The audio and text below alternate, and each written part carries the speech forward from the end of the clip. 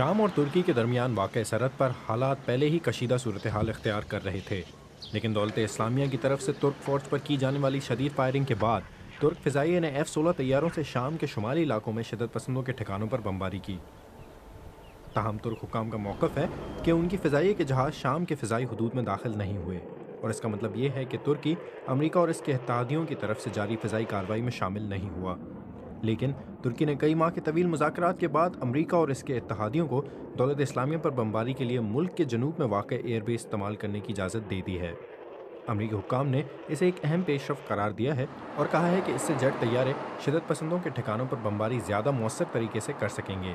لیکن امریکی صدر اور ان کے ترک ہم منصب کے درمیان فون پر ہونے والی گفتگو کے بعد اس بات کا ابھی تک واضح انداز میں پتہ نہیں چلایا جا سکا کہ ترکی کے اس فیصلے سے شدت پسندوں کے خلاف لڑائی پر کیا اثرات مرتب ہوں گے۔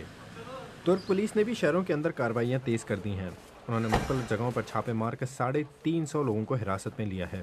ان میں سے کچھ لوگوں کا تعلق دولت اسلامیہ کے جنگجوؤں سے بتایا جاتا ہے، جبکہ کچھ بائیں بازوں کی کردش جماعت PKK کے ممبر ہیں۔ PKK نے اس ہفتے 2 ترک پولیس حکام کو قتل کرنے کی ذمہ داری قبول کی تھی۔ Ghazanfar Haider, BBC news.